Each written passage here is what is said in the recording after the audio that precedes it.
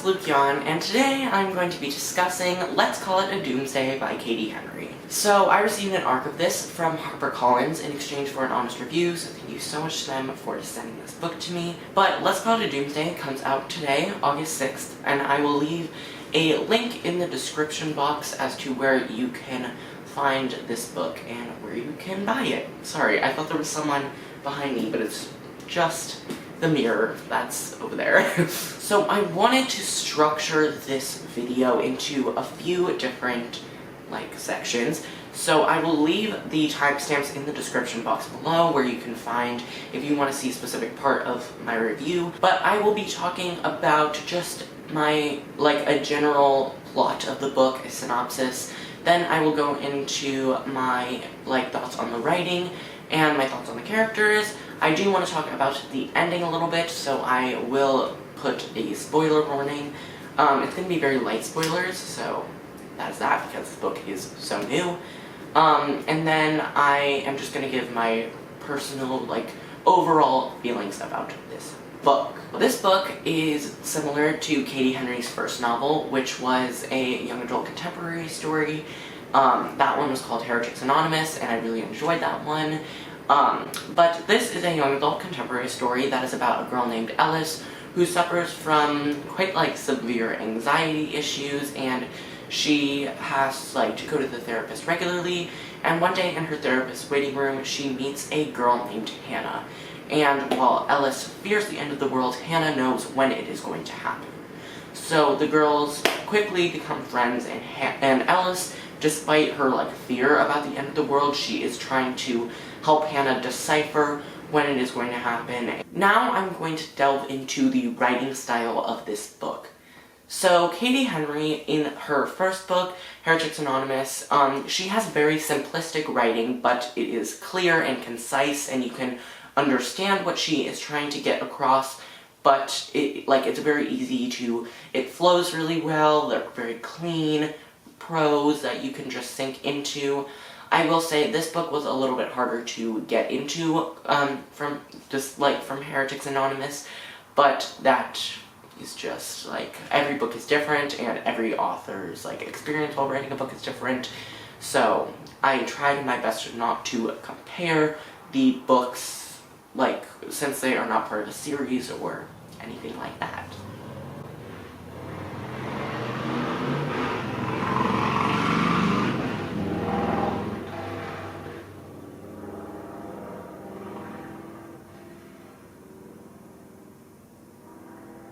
I really enjoyed the different ways that Katie Henry decided to tell this story. So we are getting a first-person perspective from Ellis, and Ellis only. She is our main character, and she is the only person that we are following. We are right in her head, we are in her mind, seeing everything as she is seeing everything. And not only is it told from her perspective, but there are a few indented sections where we will see some questions that Ellis is writing down. I will give you a quick example. She is sort of talking to herself in this section. It says, "I turn on the TV, but I can't hear it, no matter how much I turn up the volume." And then indented, it says, "Your own family doesn't want to be around you. You make their lives worse. You make everything worse." And then it continues with a regular storytelling narrative. But I really applaud Katie Henry in the way that she writes her, just in the way that she tells her story. It's very concise. You can see everything that leads together. There isn't a lot of filler. There was definitely more filler in this book than I noticed in Heretics Anonymous.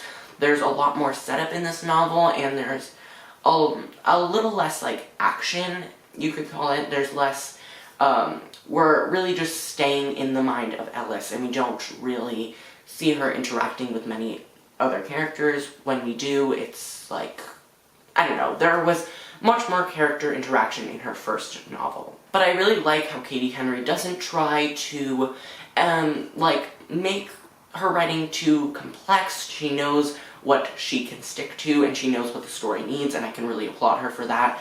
I felt like this book was perfectly told for how it was told in the way that it needed to be. And I will say this sort of bridges between the writing and the characters. It was a bit difficult to get into Ellis's mind. It's very claustrophobic. She's a lot of the time by herself, and she's very one-track minded. She's thinking about the end of the world. She has like spiraling anxiety. There's a lot of descriptions about what her anxiety is like.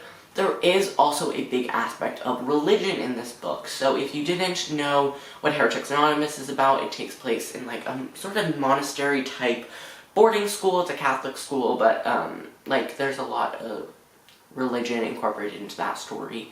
I am Christian, I'm Catholic, and I never went to a Catholic school, but I did have, if you know what CCD is, I don't know if they have that in other like states or if it's just my town or something, but it was like religion school, once a week after school. That was about an hour. That was like the most, like I've had my communion, I had my confirmation, so that I am a bit religious, but not in the way that a lot of the characters in Heretics Anonymous were, so it was a little harder to relate to them, but in this book, their religion is once again a big aspect of it. And there was just there wasn't a lot of it wasn't too like overloading. It was a nice subplot that I think was done well, and I like the way that Katie Henry wrote those scenes. They were short and concise, but they showed how Alice and her family had a connection to religion, and it was a part of their lives, and I really enjoyed how Katie Henry showed that as a part of the book, and she really layered the different things. It wasn't just about Alice trying to get things out of Hannah, and it was like, well, there was an equilibrium between the like different things in Alice's life, but once again, it was a bit claustrophobic being in her mind. It was kind of hard to sink into it, but that is not a fatal flaw of the story. That is just my own personal opinion. Now I want to delve in a little bit about the characters. So I just want to talk about like the main characters. So we have Alice, who is our main character. I'm going to go over her a little bit. Alice's family, her mom, her dad, her sister M, and then Hannah. I want to talk about Hannah. So I'm going to talk about Alice first. So Alice does have a lot of anxiety. It was dealt with really, really well, and I liked the way that Alice accepted it. She accepted herself for what she is, and she really, like, you could see how hard it was to deal with that, but, you know, it was something that she had to go through, and it was done really, really well, in my opinion.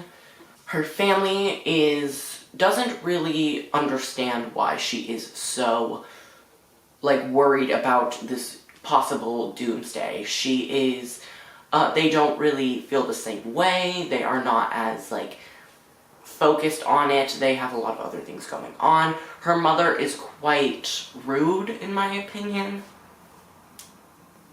She was very rude to Alice. She had a lot of, like, not gripes with, like, Alice as a person, but, like, it was very hard to read about Alice's interaction with her mother, because you could see how hard it affected Alice, and how much she wanted her mother's, like, approval and, like, love, basically. It was very, very difficult to read about, and it made me sad some of the time, but it was really well executed.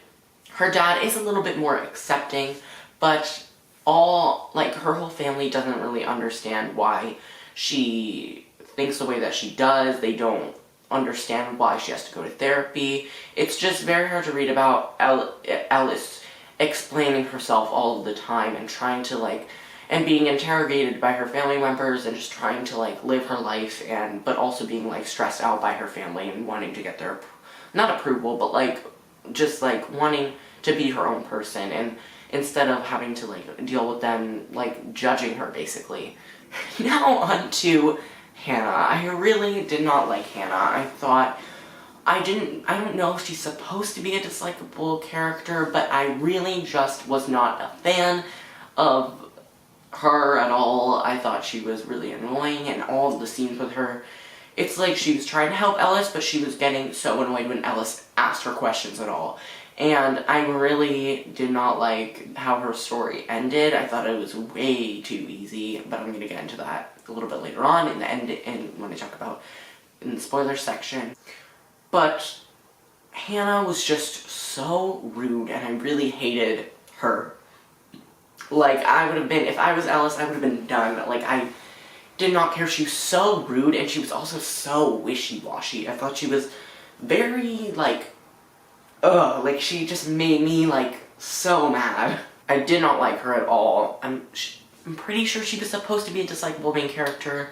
And if that was the intention, I really applaud Katie Henry, because she did that really well. Made me want to, like, bang my head against the wall, because Hannah was just so frustrating. Now I'm going to discuss the ending, so I'm going to put a big spoiler warning here.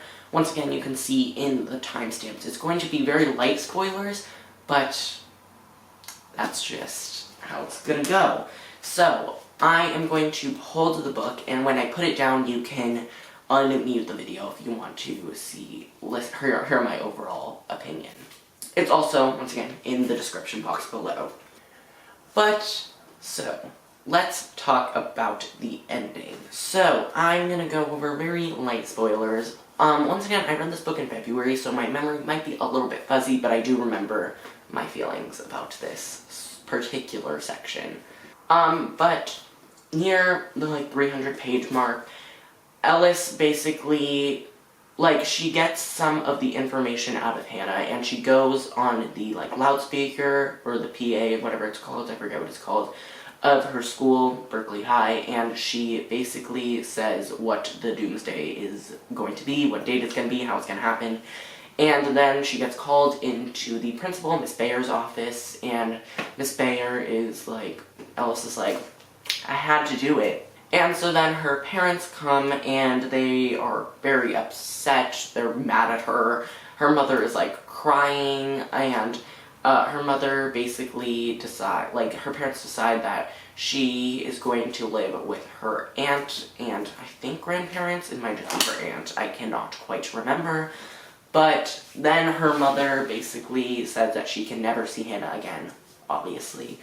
And so she goes, Alice goes to live with, like, her aunt, and then she, in the end, so basically Hannah's life ends up perfect. She finds her brother who, like, had gone missing or something like that, and she basically just, like, gets a happy life. She finds her brother, and things end up really great. And I was just not a fan of how perfect everything was wrapped up.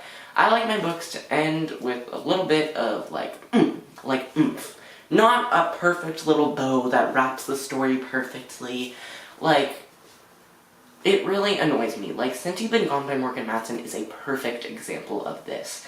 She ends the story on a really good note, but not everything is wrapped up perfectly. There are some things that went wrong, and they're unfixable, and she basically has to deal with that. In this book, no. Alice basically gets a perfect life, Hannah gets a perfect life, and they forgive each other, and everything is perfect. And the end of the world thing is, like, basically it didn't actually happen. But that annoyed me so much that Hannah basically had this ulterior motive the entire time, and it really explained why her character was doing those things. And it was like, well, no wonder, because she was just using Alice. She, like, I really didn't like that, because she was stressing, she was causing Alice's anxiety to spiral, and that's not okay, in my opinion, whatsoever. And I know that was not Katie Henry's intention, but I did not like that plot point at all. That just solidified my hatred towards Hannah, and I hated that that was a plot point, and I just think that that was so unnecessary, like, not unnecessary, but, like, that was just so uncalled for and rude and, like, manipulative for Hannah to do that, and that was just so awful, and I hated that every single second about reading that part, and that annoyed me so much. Once again, all of that could have been changed in the final copy, but I'm just talking about my personal opinions from the edition that I read, which was the ARC copy. But yeah, that's just sort of my opinion. I hated how everything wrapped up so nicely, and that Hannah got a happy ending, despite everything that she did to Alice, the manipulative nature of it, everything she did. That made me want to throw myself out a window. The book is down. I'm getting back to the spoiler-free section, and I'm just going to wrap up my thoughts.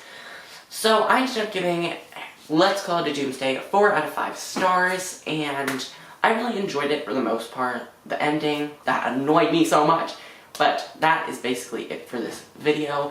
I really enjoyed the book. I liked the writing, the characters for the most part, and it was very well executed, and I think Katie Henry did a great job making me hate Hannah, and like, I had strong emotions about the book, so I mean, I guess that's good. Please sponsor me. But thank you guys so much for watching. I hope you enjoyed it, and I hope you pick up Let's Call It a Doomsday.